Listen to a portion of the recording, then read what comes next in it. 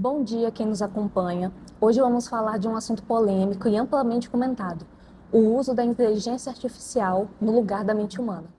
Vivemos atualmente em um tempo curioso e perigoso, um tempo em que algoritmos, não pessoas, começam a decidir quem pode receber um empréstimo, quem deve ser observado de perto e quem merece proteção, e também quem simplesmente pode ser deixado de lado. Pensa no reconhecimento facial que erra justamente onde não deveria, nos rostos negros, ou nos sistemas que dizem prever reincidência criminal, mas na prática só repetem os mesmos preconceitos de sempre. E então vem a pergunta: se o Estado moderno surgiu com a promessa de proteger vidas, como explicar políticas públicas que, na prática, deixam morrer? E mais, como a gente pode resistir a formas de controle que já não são só policiais, mas digitais, algorítmicas, silenciosas, quase invisíveis? É hora de perguntar e olhar para isso com mais cuidado. A quem essa tecnologia realmente serve? Quem está sendo incluído e quem está sendo apagado? Porque, no fim das contas, a grande questão é: que direito que nós queremos construir diante de um poder que se torna cada vez mais sutil e, justamente por isso, mais perigoso? A partir disso, é necessário analisar a questão sobre a visão de um grande pensador, Immanuel Kant. A filosofia de Kant trata de temas como moralidade e ética, que são pontos centrais dentro da problemática apresentada. Com base nisso, apresentarei duas perspectivas da filosofia kantiana que podem ser usadas na análise do caso. O primeiro caminho que abordaremos será a fórmula da humanidade do imperativo categórico de Kant. Ela diz: age de tal modo que uses a humanidade tanto na tua pessoa como na pessoa de qualquer outro, sempre e ao mesmo tempo como fim e nunca simplesmente como meio. A fórmula da humanidade desenvolvida por Kant, assim como a lei universal, são testes morais que devem conduzir a ações humanas para que sejam moralmente aceitáveis. Para Kant, sempre que o homem é tratado como um meio, seja visando lucro, segurança, eficiência ou controle social, existe uma clara violação da moralidade e da dignidade humana, perspectiva que daqui a pouco vai ser melhor compreendida e apresentada dentro de uma parte da doutrina do direito natural em Kant. Se formos aplicar a fórmula da humanidade na problemática apresentada, fica evidente que essas inteligências artificiais geraram algoritmos que transformam pessoas não só em dados probabilísticos, errôneos por sinal, como também em meios para alcançar objetivos estatais ou privados questionáveis. Isso é a violação total do direito à dignidade em Kant, que, sendo universal e inato, por ser consequência direta do direito à liberdade, não pode ser violado sob nenhum pretexto utilitarista de segurança comum.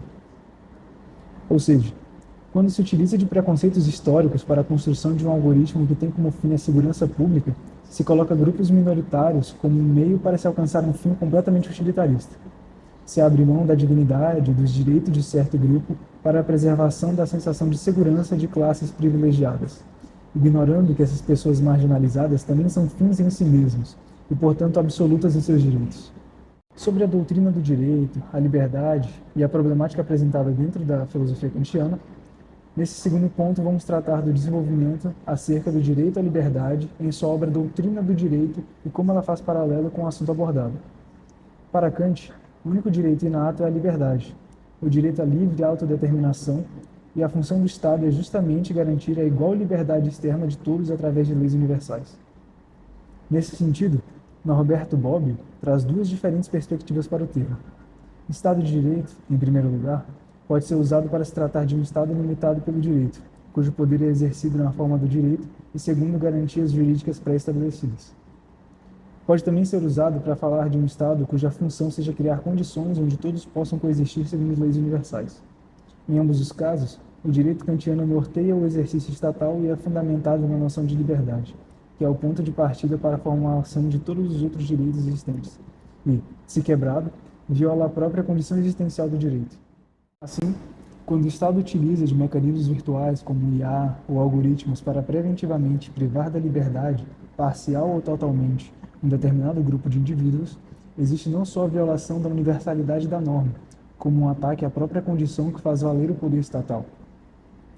Nenhum indivíduo pode ser considerado criminoso ou suspeito antes do cometimento de algum ato ilícito.